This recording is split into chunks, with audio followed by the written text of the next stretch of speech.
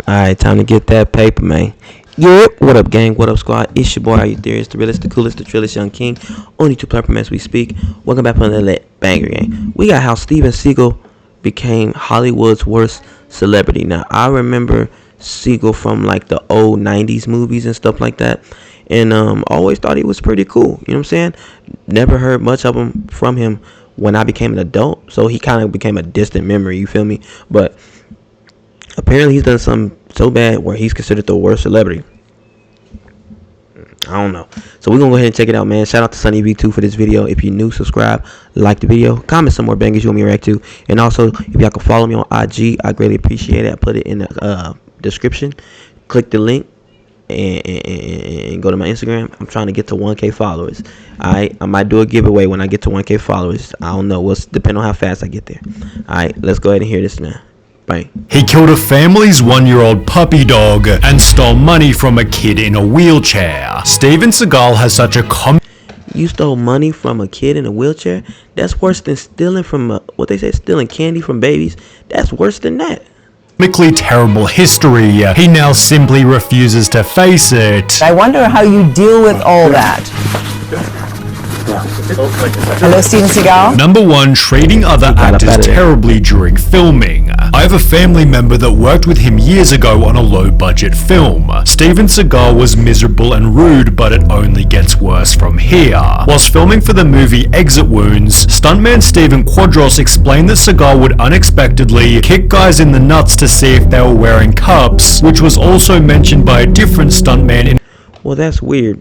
Because why you gotta wear cups? Is that like a thing for stuntmen? You have to wear like cups and body armor and stuff like that? Is that why he did that? a completely unrelated interview. The first thing he's gonna do is kick you in the nuts. He's like, oh hey, we're wearing a cup? Whoa. He's just gonna pop you in the nuts. That's the first thing he does. One comment stated, I actually know a few stuntmen and actors who've worked with Seagal, and they all echo the same thing about him, one of whom might have been Stephen Lambert, who stated Seagal became more unpredictable during his fight scenes. He's notorious of breaking people's arms, legs, ribs, as he'd actually punch and hit other actors to make the fights look real. He was actually hitting the stuntman like, oh hell yeah, he's known for that. To make matters worse, protective equipment wasn't allowed on set. There's nothing wrong with putting on pads. They would say no because he wouldn't allow it. And it's therefore no surprise that during one scene, Seagal unfortunately, Seagal injured DMX's shoulder.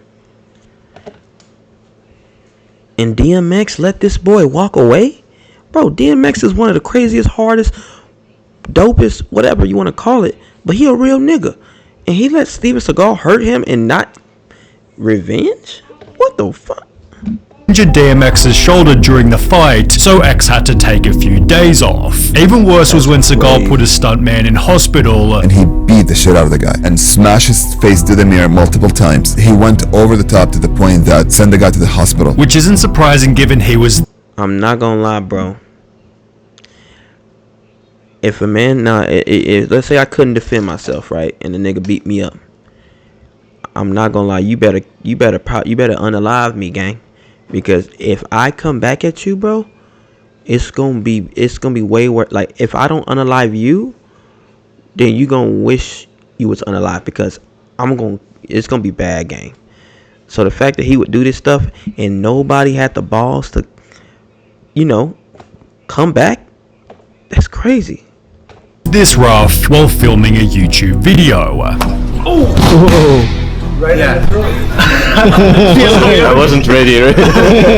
As a result, actors have to be extremely careful just to appear alongside him. You gotta keep a third eye on what he's doing. And if you're not good enough, he's gonna hurt you. Although not only because of unexpected injuries. Seagal would show up on set demanding— Now I don't know if that's just like really good acting, like he really wants the best quality, you know, best everything, or is he just being a prick?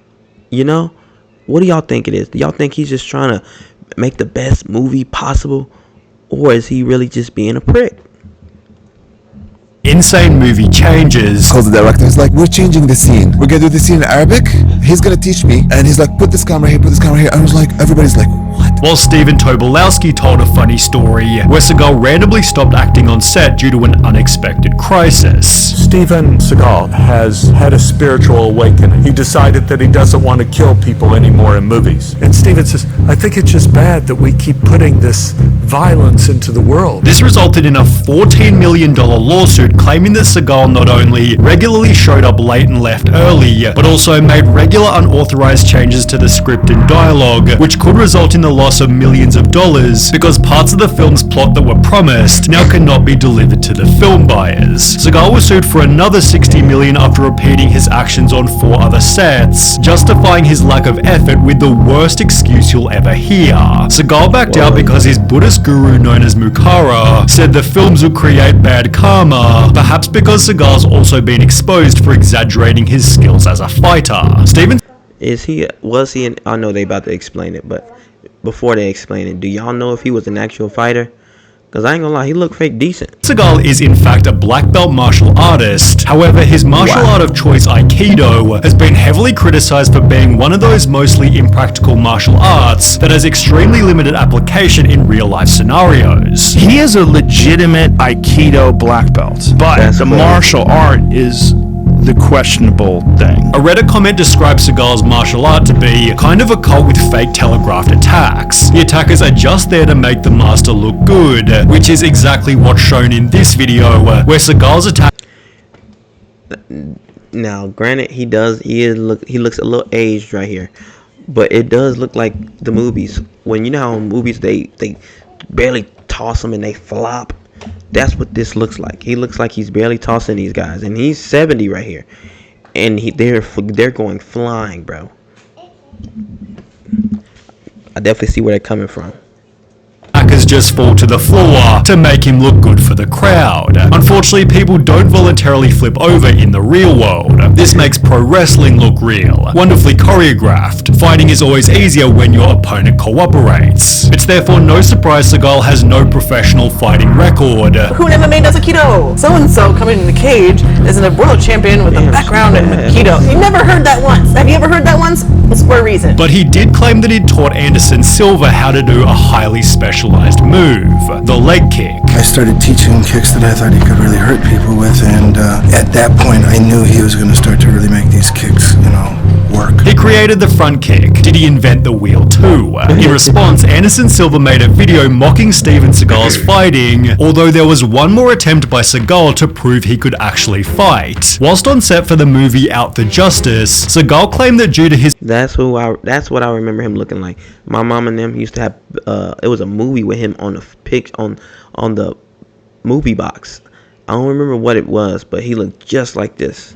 Aikido training, he couldn't possibly be choked unconscious. The challenge was taken up by martial artist Gene LaBelle, who not only choked Seagal out instantly, but also caused Seagal to soil himself in the moments he was blacking out. When asked about the incident, LaBelle stated, "Sometimes Steven has a tendency to cheese off the wrong people, and you can get hurt by doing that. So if a guy soils himself, you can't criticize him, because if they just had a nice big dinner an hour before, you might have a tendency to do that." Seagal responded by claiming that he and LaBelle had never even fought. There was never ever any confrontation with him ever. And if Gene is saying shit like that, he should be ashamed of himself. And so if he said that, he is a pathological scumbag liar. Although nobody believes Seagal's side of the story, as he has his own list of well-documented lies. For example, Seagal made the insane claim that he was honored as the first private citizen to destroy a nuclear device, whilst also claiming he was recruited by the CIA to help carry out undercover missions. It explained, "You could say that I became an advisor to several CIA agents in the field, and through my friends in the CIA met many powerful people and did special works and special favors, although an investigation by a magazine found these claims were completely bogus." It also dispelled the myth that Seagal once fought the Yakuza in his dojo, as the magazine interviewed Seagal's ex-wife who stated it's a lie. He once chased a few drunks away from the dojo, but never was involved with the Yakuza.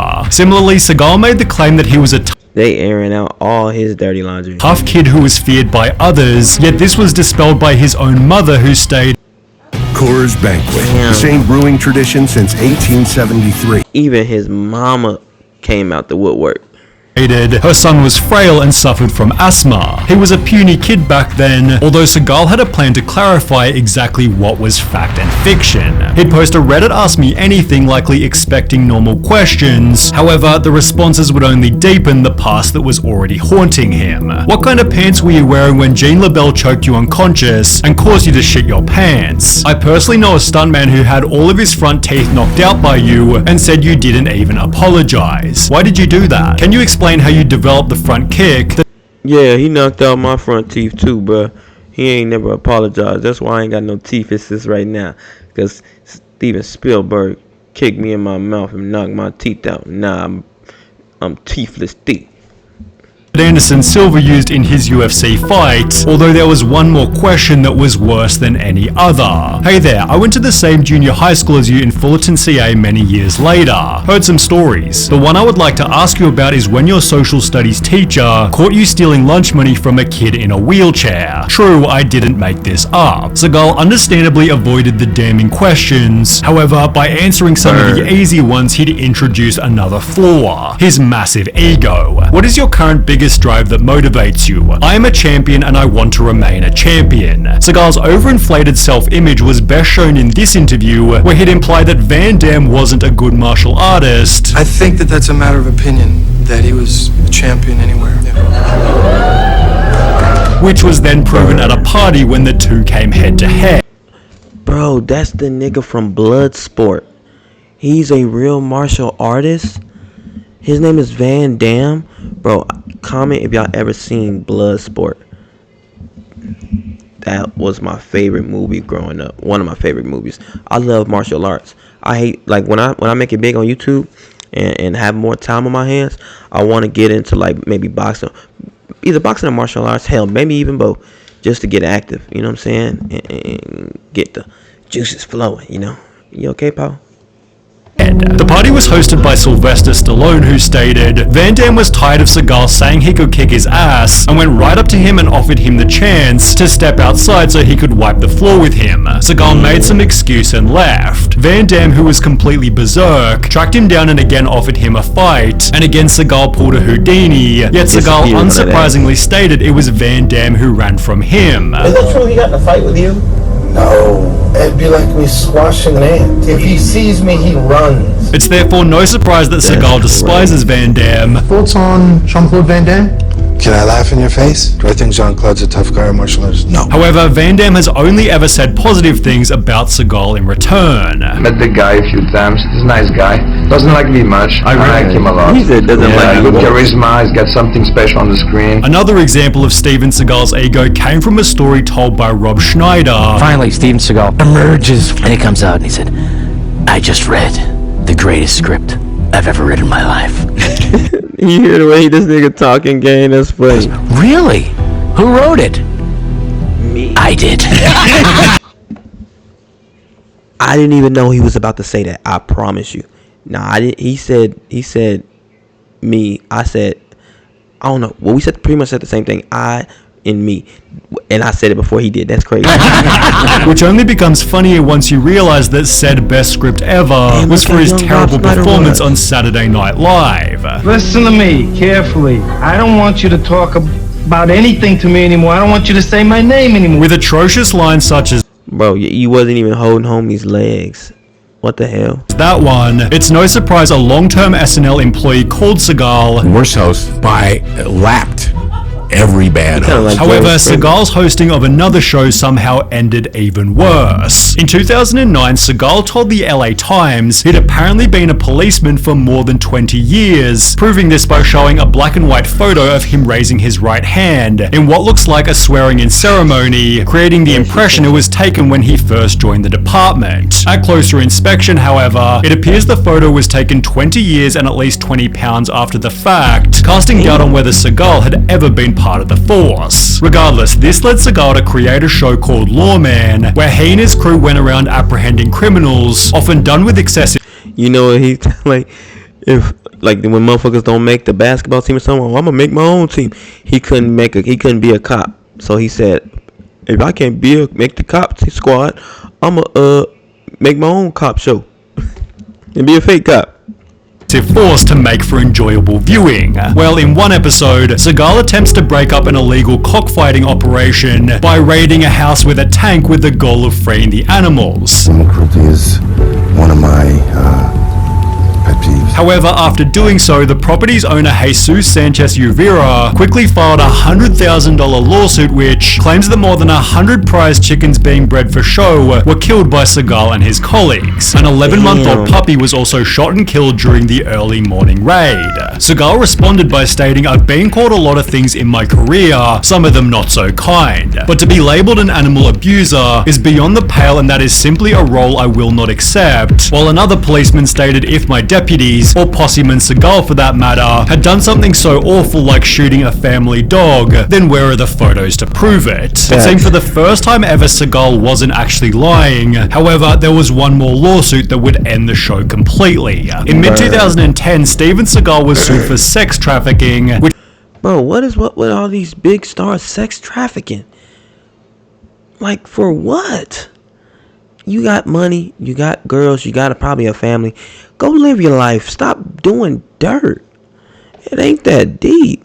Became one of so many different allegations, it's genuinely difficult to count them all. On the set of 1991 Out for Justice, 4 different women quit during filming due to Seagal's continued piggery, while one of the stuntmen from earlier told an equally creepy story. There's this girl sitting in a tub, she's wearing bikini, and they had to convince her that she has to come out of the tub naked. The only thing that might rival his terrible track record with women is his track record with low-rated movies, none of which receiving more than 50% on Rotten Tomatoes, or more than 5 out of 10 on IMDb. And with no new movies in the last 5 years, Seagal has opted for a modern method of generating extra income: crypto scams. That's right, ladies and gentlemen, Steven Seagal scammed people with crypto. From Team Seagal, Steven has just become the worldwide ambassador for the Bitcoin second generation cryptocurrency. Despite gaining only 150 likes, Steven was promised $250,000 in cash and $750,000 worth of B2G tokens in exchange for his promotions, which he failed to disclose to the public, resulting in a $330,000 fine. Seagal paid only $75,000 toward his debt before refusing to appear in court, then moving to Russia where he still lives now. Oh wow. Well, that was very eventful, you know? I haven't heard from Steven Seagal in a minute. Normally, bro, when Sonny V2 do videos, he hits a mill in like 12 hours or less. It's been 12 hours and it's only at 500K, which is still great. Don't ever get twisted. It's going to hit a mill.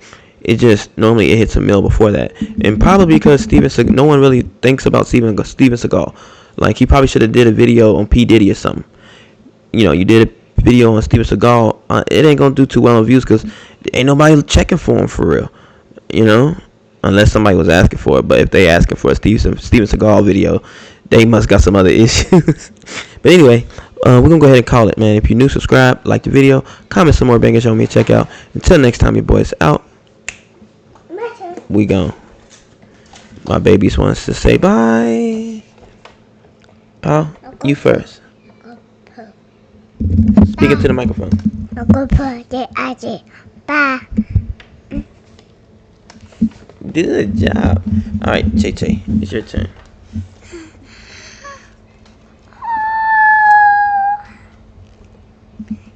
I be doing.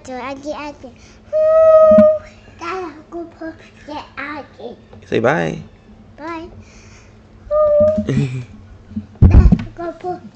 Yeah, you go poop, you get ice cream. Alright, y'all. What? He's saying if he goes poop, he gets ice cream. Where his ice cream at?